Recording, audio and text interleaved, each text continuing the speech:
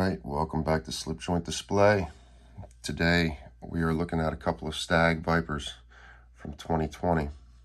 Let's get into the knives. Both these knives are knife number 470120. They are both Northfield trim, so here's your case, your tube, standard stuff. There's your pin. Been using the same pin for Viper since 2020. Now, as far as the Viper is concerned, what you're talking about is a full-size swayback jack with a Wharncliffe blade. Northfield trim, so mirror polished blades, cut swedge, fluted bolsters, very nice. And both of these are very, very good examples of Stag. The Viper originally came out in 2014 and it was released again in 2016. They were very sought after. The Great Eastern Cutlery did large runs those years, and there was a lot of variants that were very low numbers, so highly collectible. In fact, I remember one, I forget, I don't know if it was 2014 or 2016, but there was one model they did, I think in Coca-Cola, where they made one of them. One was released that year. And there was ones where there was, 4 in a certain material, 30 in a certain material, 50, But it was, it was a really crazy time. It wasn't like now where they put something out and they have 4 variations of a handle material. They really mixed it up. And in the 2014 and 2016 run, one of the things that made Viper so significant was that they had a really hard pull and a really hard snap. Now, these are both from 2020, and I got no complaints. I mean, these are fine. They're not as hard of a pull as the earlier runs, but I'm not complaining. I love these models. I think that these are great. But when Vipers, they came out in 2014, 2016, and once everything was sold, it was gone, and that was it. And I got into Great Eastern Cutleries after that, and I wanted Vipers. I loved the Viper. I chased them, and it was a wild time on the secondary market. I remember what it was like chasing these things.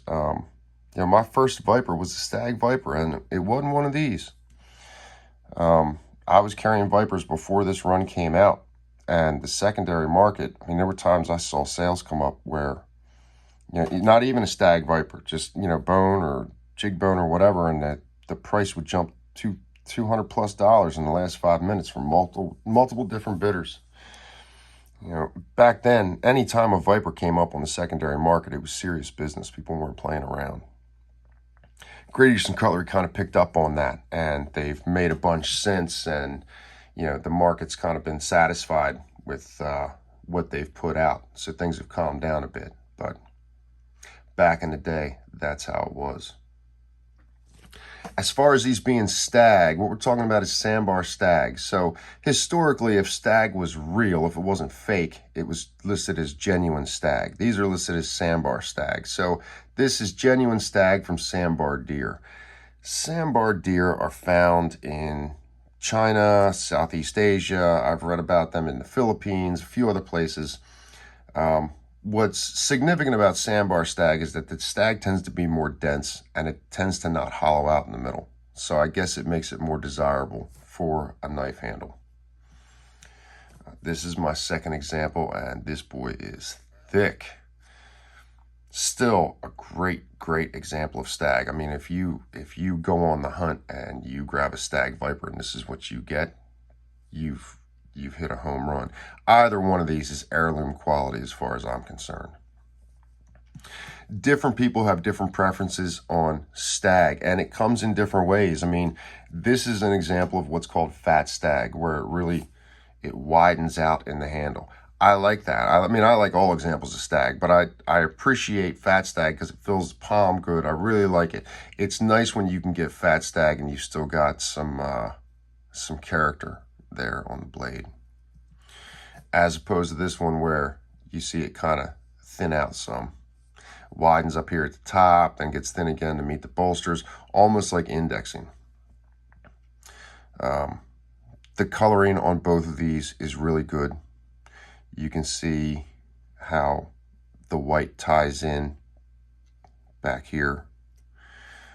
You can have stag where from one side to the next, the coloring doesn't really match. So, I mean, imagine, see this darker color here. Imagine if that went all the way down to the liner and didn't match this side.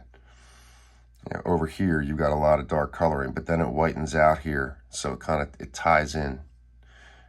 Light there, light there. So, I mean, these pieces look the same. They look like they're from the same piece of stag. You can oftentimes get a difference from one side to the next, but it's nice when the whole thing ties back into itself. These markings, these grooves and everything is what's called purling. So this is purling on stag. This would be, you would call this a worm groove. But the purling is it's comes from the animal's nutrition while it's growing the stag. That's kind of what sets stag apart. You know, you can take G10 or Durlin or micarta and you can shape it however you want, carve it however you want, color it however you want. But when you got a natural material that grows on an animal, something that animal carries with it while it's, you know, going through the season, everything the animal's going through, this is there with it. And you're going to take that material and you're going to put it on a tool, something a man's going to put in his pocket and carry with pride. That's part of what makes it so interesting. It's part of what makes it so cool. Is that it's not a fake material. It's not man-made, and it can't be so controlled. So when you see things like this shape to it, that's part of what goes into things. It's part of what makes it significant. And if this is the type of thing that a man's going to carry on him every day and then maybe pass down to one of his children or something like that, I don't know. There's just something about the whole thing that stands out to me. So I feel like we don't see enough stag on the market these days. Recently, GEC has put out a 32 in Sambar Stag, and I picked one up and I got a great example. I got lucky, and I'm happy that I got it. For a while, I felt like we weren't seeing it, so hopefully we keep seeing more of it. I like stag. When this came out, I picked this up on the drop, on the 2020 drop, and was very happy with it.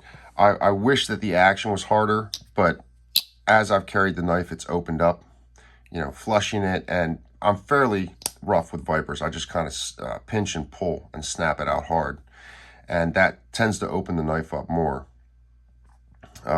Let's have a look before I forget. Let's see. Only a little bit of gaps there. I shouldn't even be doing this. A little bit of gaps there, nothing major. Certainly nothing you can see from the outside. That flashlight test is rough. Don't do that with your knives. Let me do it and shake your head at me while I do it. Let's take a quick measurement too. Just so that if you don't have a Viper, you have an idea if you're new in the game. So, roughly speaking, a 4-inch handle, 3-inch blade. Vipers are especially good for pull cuts because of that sway back jack shape that you got there. So if you're carving an apple or something, they're kind of ideal. Yeah, the Vipers are an interesting piece. They really are. I love them. And I especially love these models in stag. I mean, stag is a beautiful thing. You're talking, you get something like this, you know, they come out, or you get something on the secondary market, you get lucky enough to have something like one of these. You're talking pride of ownership. That's what it boils down to. And something that's simple, like a pocket knife that a man or a woman is going to carry on them. It seems like a simple thing, but I don't know. There's more significance to it than you would think. It matters.